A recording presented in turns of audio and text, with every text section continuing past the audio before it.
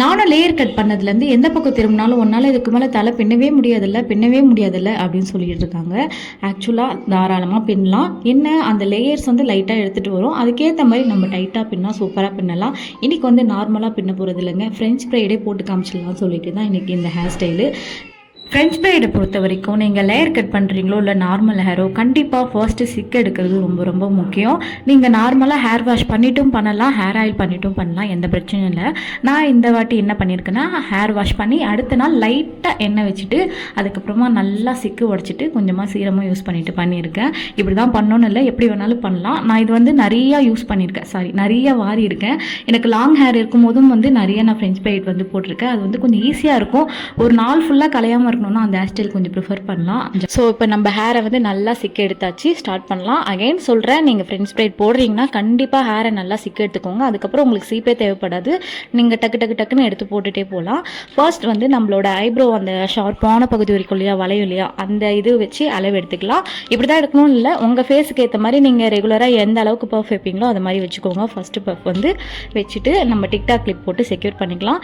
எனக்கு வந்து ரொம்ப ஹையாகவும் இருந்தாலும் பிடிக்காது, ரொம்ப லோவாக இருந்தாலும் பிடிக்காது. ஸோ அதுக்கு நடுவில் வர மாதிரி நான் வச்சுக்கிறேன். நடுவில் காண போயிடுறேன், அதை கொஞ்சம் ஸ்கிப் பண்ணிக்கோங்க. அதை வச்சுட்டு அதுக்கப்புறமா நம்மளோட ஆள்காட்டி விரல் இருக்கு இல்லையா, அந்த விரலை வச்சு தான் ஃபுல் அண்ட் ஃபுல் இது எடுக்க போகிறோம். ஒன்ஸ் நீங்கள் சிக்க உடச்சிட்டிங்கன்னா அதுக்கப்புறம் சீப்பு தேவையில்லைன்னு சொன்னோம் இல்லையா, இதனால தான் ஜஸ்ட் நம்ம ஆள்காட்டி விரலை வச்சு ஃபுல்லாக நம்ம ஸ்டார்டிங்லேருந்து நம்ம எடுத்துருக்கோம் இல்லையா, பின்னாடி அந்த டிக்டாக் கிளிப் போட்டிருக்கோம் இல்லையா, அது வரைக்கும் அப்படியே கொஞ்சமாக அப்படி எடுத்துகிட்டே போனீங்கன்னா வந்து அந்த ஃபுல் லேயர் வந்துடும். அப்படியே இப்போ வந்து நம்ம ஆல்ரெடி போட்ட அந்த டிக்டாக் கிளிப்பில் இருக்கோம் இல்லையா, சென்டர் பார்ட்டிஷனும் அதுவும் இந்த சைடில் இருக்க 2 பார்ட்டிஷனும் நார்மலாக நம்ம எப்படி பின்னுவோமோ அப்படி பின்ன ஸ்டார்ட் பண்ணிக்கலாம். இதே ப்ரொசீஜர் தான் ஃபுல்லாமே.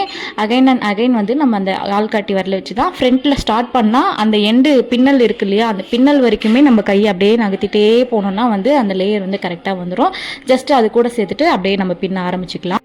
அண்ட் ஒரு வாட்டி நீங்கள் இதை மாதிரி பார்ட்டிஷன் எடுக்கும் போதும் ஃபுல் அண்ட் ஃபுல் அந்த சிக்கை வந்து எடுத்து விட்டுருங்க. பொறுமையாக எடுத்துட்டிங்கன்னா ஈஸியாக வந்துடும். நீங்கள் அப்படியே பின்ன ஆரம்பிச்சிங்கன்னா லாஸ்ட்டில் பெரிய சிக்காக மாட்டிக்கும், அப்புறம் வந்து பின்னவே முடியாது, ரொம்ப கஷ்டமாக இருக்கும்.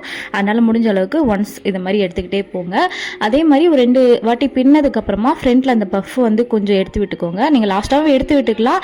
நம்ம இதை டைட்டாக பின்னுன்றனால சில டைம் லாஸ்ட்டில் கொஞ்சம் வராது, சொதப்பிடும். அதனால் நடுவில் லைட்டாக எடுத்து விட்டு திரும்ப பின்ன ஆரம்பிச்சிங்கன்னா லாஸ்ட்டில் வந்து கொஞ்சம் ஈஸியாக இருக்கும். அண்ட் ஒரு முக்கியமான விஷயம், நிறையா பேர் இதை ஒரு வாட்டி ட்ரை பண்ணிவிட்டு நமக்கு வரலையேன்னு சொல்லிட்டு தயவுசெய்து விட்டுறாதீங்க. ப்ராக்டிஸ் தான் வந்து நம்மளுக்கு எப்பயுமே வந்து கை கொடுக்கும். அட்லீஸ்ட் ஒரு 3-4 வாட்டி ட்ரை பண்ணுங்கள். அதே மாதிரி வெளியே போகிற டைம்லலாம் கண்டிப்பாக ட்ரை பண்ணிடாதீங்க. வீட்டில் நம்ம சும்மா இருப்போம் இல்லையா, சும்மா ஒரு ஈவினிங்கோ இல்லை மார்னிங்கோ வீட்டில் வந்து இருக்கும்போது ஒரு வாட்டி எப்பப்பெல்லாம் ஃப்ரீ டைம் இருக்கோ அப்போ நீங்கள் ட்ரை பண்ணிங்கன்னா உங்களுக்கு வந்து எப்படி உங்கள் ஹேருக்கு செட் ஆகுது, எப்படி பின்னா உங்கள் ஹேருக்கு செட் ஆகுதுன்றது வந்து தெரிஞ்சிடும். ஸோ தட் உங்களுக்கு ஈஸியாக இருக்கும் நீங்கள் வெளியே போகும்போது பின்னுறதுக்கு. நீங்கள் திடீர்னு வெளியே போகும்போது பின்னணும்னு ட்ரை பண்ணிங்கன்னா கண்டிப்பாக முடியாது. அதே மாதிரி சொதப்பிடுச்சினாலும் ஒரு மாதிரி டென்ஷன் ஆகிடும் இல்லையா, அதுக்காக தான் சொல்கிறேன். அதே மாதிரி இந்த வீடியோவில் எனக்கு தெரிஞ்ச ஒரு சின்ன ஹேர் டிப்ஸும் நான் சொல்லிக்கிறேன். நிறைய பேர் அதாவது கமெண்ட்டில் கேட்டிருந்தாங்க சில பேர், என்ன ஹேர் சீரம் யூஸ் பண்ணலாம், என்ன ஷாம்பு யூஸ் பண்ணலாம் முடிக்க அப்படின்னு சொல்லிட்டு அவங்க குழந்தைக்காக ஒருத்தர் கேட்டிருந்தாங்க. ஆக்சுவலாக நான் என்ன சொல்கிறேன்னா, என்னோடய பர்சனல் எக்ஸ்பீரியன்ஸில் சொல்கிறேன்.